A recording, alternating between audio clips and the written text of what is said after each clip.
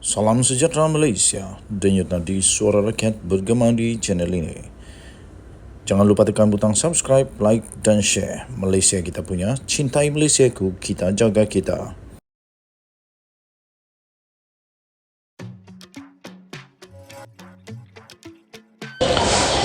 Salam sejahtera Malaysia, denyut nadi suara rakyat bergema di channel ini.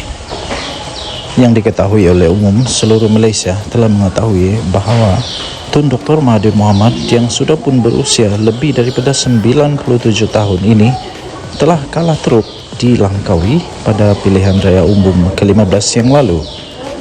Walaupun banyak teori yang bagaimana beliau kalah di sana dengan teruk sehingga kehilangan deposit, tetapi tidak satu pun yang diakui oleh Mahathir. Sehinggalah baru-baru ini Mahathir akhirnya telah mendedahkan punca beliau kalah di Langkawi. Baru saja kita terima 14 Julai di Malaysia kini Mahathir dakwa hilang deposit di Langkawi sebab rasuah. Dr. Mahathir Mohamad mendedahkan kekalahannya di kerusi Parlimen Langkawi pada pilihan raya umum ke-15 yang lalu adalah disebabkan oleh amalan rasuah. Katanya, saya pernah bertanya salah seorang pengundi di sana, iaitu di Langkawi, yang juga kawan saya, kenapa kamu tidak undi saya? Dia jawab, saya tidak beri dia duit. Mahathir berkata, saya tanya lagi, berapa duit dia dapat? Dia jawab, RM100. Saya tanya dia, apa boleh buat dengan RM100? Dan dia jawab, duit itu boleh dibelanja untuk 2 hari. Pada pilihan raya yang lalu, saya hilang lebih 14,000 undi hanya kerana rasuah. Katanya seperti yang dipetik oleh portal utusan online malam semalam. Bekas Perdana Menteri sebanyak 2 kali itu ditemui selepas beliau menyempurnakan majlis penutupan program kepimpinan perusahaan kecil dan sederhana di Yayasan Kepimpinan Perdana di Putrajaya. Mengulas lanjut, Mahathir berkata pengundi seharusnya lebih bertanggungjawab terhadap negara dan tidak tunduk kepada politik wang. Katanya, jangan buang undi sebab kamu dapat duit rasuah. Nasihatnya kepada pengundi menjelang pilihan raya negeri PRN 12 Ogos nanti. Pada PRU 2022, Mahathir yang menerajui pejuang selepas disingkirkan oleh Presiden Bersatu Muhyiddin Yassin bukan sahaja tewas di Parlimen Langkawi, malah turut kehilangan semua wang depositnya. Dia sekadar meraih undi sebanyak 4,566 undi. Kerusi tersebut telah dimenangi oleh calon Perikatan Nasional PN Muhammad Suhaimi Abdullah dengan undi 25,463 undi. Terdahulu pada PRU 14, Mahathir yang bertanding atas tiket PKR menang di parlimen tersebut dengan majoriti sebanyak 8,896 undi. Denyut nadi suara rakyat bergema di channel ini. Jangan lupa tekan butang subscribe, like dan share. Malaysia kita punya, cinta Malaysiaku, kita jaga kita. Bye-bye. Salam sejahtera Malaysia. Bahang pilihan raya semakin menjadi-jadi.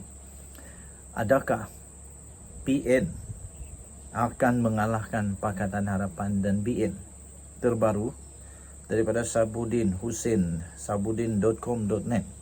Cyber Trooper kerajaan lemah. PH dan BN bakal punah 12 Julai. sabudin.com.net. 2 hari lalu 3 kejadian berlaku dalam hidup saya yang mana ianya terjadi tidak sampai dalam tempoh 8 jam pada hari tersebut. Kejadian pertama, seorang tokoh media yang pernah bekerja dengan bekas Perdana Menteri menghantar pesanan WhatsApp yang menjangkakan bahawa Pakatan Harapan dan BN bakal punah dalam PRN akan datang ini. Hujah beliau ialah kerana cyber trooper daripada Pakatan Harapan dan Barisan Nasional terlalu lemah dalam melakukan serangan bertubi-tubi dan menyerang balas pelbagai serangan bertubi-tubi yang telah dilakukan oleh Perikatan Nasional sejak kebelakangan ini. Kejadian kedua pula ialah 2 rakan yang selalu membaca tulisan saya di media sosial telah menghantar beberapa link yang memaparkan bagaimana cyber trooper Perikatan Nasional sekarang ini begitu agresif dan deras menyerang kerajaan Madani. Sambil itu, kedua-duanya bertanya soalan yang hampir sama. Kenapa Cyber Trooper, PH dan BN begitu lemah sekarang ini dan hampir tidak melakukan sebarang serangan balas terhadap serangan-serangan yang ditujukan kepada kerajaan dan Perdana Menteri Anwar Ibrahim? Kejadian ketiga pula ialah secara kebetulan di hari yang sama juga saya terserempak dengan seorang pemimpin bersatu dan kemudian kami sempat berbual-bual seketika. Dalam perbualan singkat itu, pemimpin bersatu berkenaan dengan yakin telah menyatakan bahawa Perikatan Nasional mampu menguasai sehingga 5 negeri pada PRN 12 Ogos depan, iaitu Kelantan, Terengganu, Kedah, Selangor dan Negeri Sembilan. Pakatan Harapan tambahnya hanya dapat bertahan di Pulau Pinang. Itu pun semua kawasan Melayu akan jatuh ke tangan Perikatan Nasional. Kata beliau lagi, selain sambutan hangat yang ditunjukkan pengundi melalui program-program yang diadakan di 5 negeri berkenaan, keyakinan itu juga disebabkan hampir tiada serangan atau serangan balas yang benar-benar berkesan daripada PH kepada Perikatan Nasional. Bahkan banyak serangan yang kami lakukan tidak mampu ditangkis atau diserang balik oleh Cyber Trooper Pakatan Harapan, katanya. Tambahnya, apabila PRN kian dekat nanti dan kami meningkatkan lagi serangan, bila mana semua serangan itu tidak mampu ditangkis sebagaimana sekarang, bermakna akhirnya kamilah yang akan menguasai pemikiran pengundi dan mampu menentukan ke mana undi mereka, tegasnya. Jika saya seorang pemimpin PH yang berada dalam kerajaan, ketiga-tiga perkara di atas adalah suatu yang amat menakutkan sekali. Secara mudah, ia adalah gambaran kejatuhan dan bakal kehilangan kuasa, walau kebenarannya belum tentu lagi 100%. Di sebalik banyak faktor boleh dihujahkan dalam menentukan jatuh bangunnya sebuah kerajaan, namun dalam era digital dan media sosial sudah menjadi sebahagian daripada kehidupan dan alatnya pula terletak dalam genggaman. Kepentingan Cyber Trooper atau Laskar Maya dalam mempengaruhi dan membentuk pemikiran pengundi memang tidak boleh dinafikan. Lebih-lebih lagi kepada generasi muda. Pengaruh media sosial lah yang banyak mempengaruhi pemikiran mereka. Soal pokoknya, sebagaimana yang difokuskan dalam ketiga-tiga kejadian di atas, kenapakah PH yang kini dikira sudah bergabung dengan BN membentuk kerajaan masih lagi ketinggalan dalam perang di alam maya?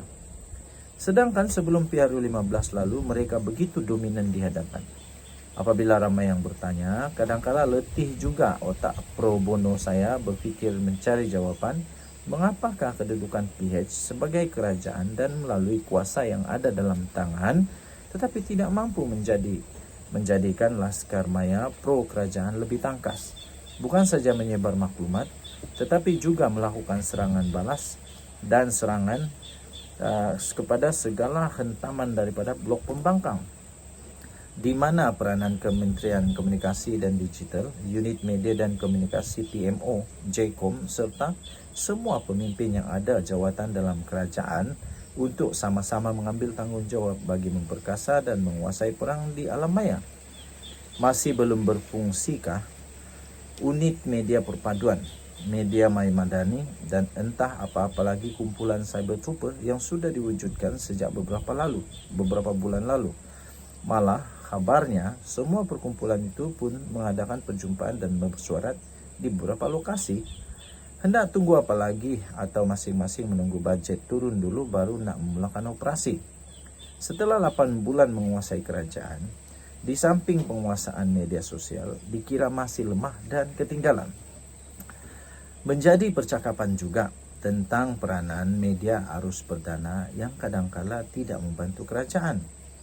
Kalau ketika PH menjadi pembangkang dulu, kita sering marah dan meluat dengan media arus perdana yang begitu berkesan dalam peranannya mempromosikan kerajaan dan menghentam lawan. Malangnya sekarang ini tidak pernah sama sekali terdengar ada pemimpin PN yang bersungut dan mengeluh tentang laporan media arus perdana yang tidak memihak kepada mereka. Sebaliknya, Fahmi Fadzil selaku Menteri Komunikasi dan Digital yang didapati lebih banyak memprotes laporan media arus perdana. Kenapa sampai begitu sekali? Dan tidakkah sebagai kerajaan kita sepatutnya ada cara untuk menangani semua itu?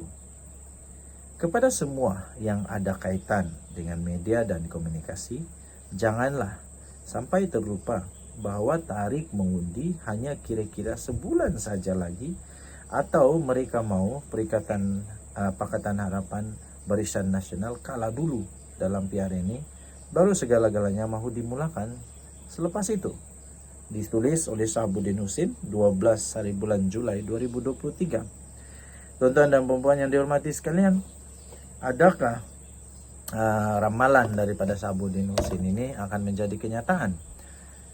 Adakah ini tandanya Pakatan Harapan yang gabungannya dengan Barisan Nasional bakal akan dilihat tumbang betul-betul di 5 buah negeri ini? Adakah Selangor, kubu kuat Pakatan Harapan selama ini akhirnya tumbang kepada Perikatan Nasional? Kita jumpa lagi, bye-bye.